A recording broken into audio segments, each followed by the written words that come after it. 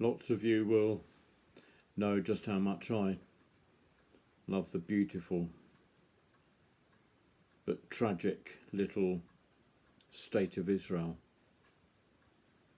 And as we come towards the end of this Facebook page, which has joined together so many Christians and hopefully those of other faiths and also, and some of sceptical faith like me, we are all horrified at the restarting of this conflict in and around Jerusalem and wider Israel. It's always been there, of course. It's always rumbling beneath the surface at best. But it's always heartbreaking when it explodes out of control.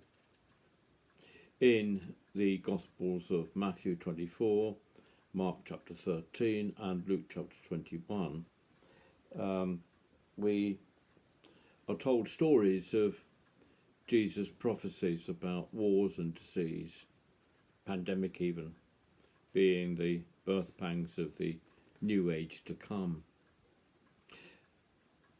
Jesus, again in these passages, takes us away from faith in buildings, apparently predicting the destruction of the temple that happened not even half a century after his own execution by crucifixion. He also talks about the importance of not believing that you are saved by particular places or by being of a particular place or race. Bruce Malliner's book, The New Testament World, Insights from Cultural Anthology, helps us upon this journey of liberation. I've had this book for a long time, and I think it's very good. Malliner talks about the dangerous way in which humans draw lines in the sand and state rigidly that one side is ours and the other side is yours. Most of us in the West read the whole Bible, including the New Testament, from the security of believing or knowing that we belong where we live and that we have a right to that kind of security. But what the Bible is, from beginning to end, is a story of various groups of people, all of whom were to some degree nomadic, economic migrants, but sometimes also people who believed they had a divine right to occupy a particular place and exclude others from it, which might make us question our own attitude to immigrants attempting to enter UK. I think I may have said something along these lines before. The pandemic may or may not have been caused by human wrongdoing. We may never know what caused it, but it is within our own power to change our own attitudes towards those who are different to us.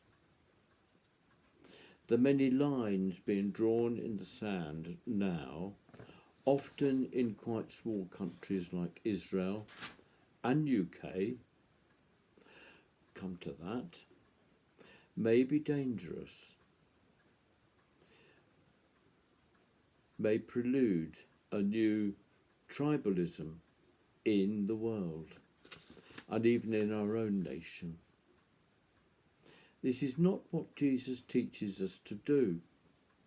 He wants us to reach out to and seek out the difficult, the broken, the poor and poorly, and recognise that each and every one of us falls into one or more of the above categories at any point in our lives. I really recommend Bruce Malliner's book, The New Testament World. It has been around for 20 years or more, but it continues to be relevant, particularly in the ways he talks about issues like honour and shame, and challenge and reaction. I wish everyone well as we cautiously restart socialising, and hope and pray for reconciliation, not conflict, to be at the heart of each of our lives on this day and going forward. Amen.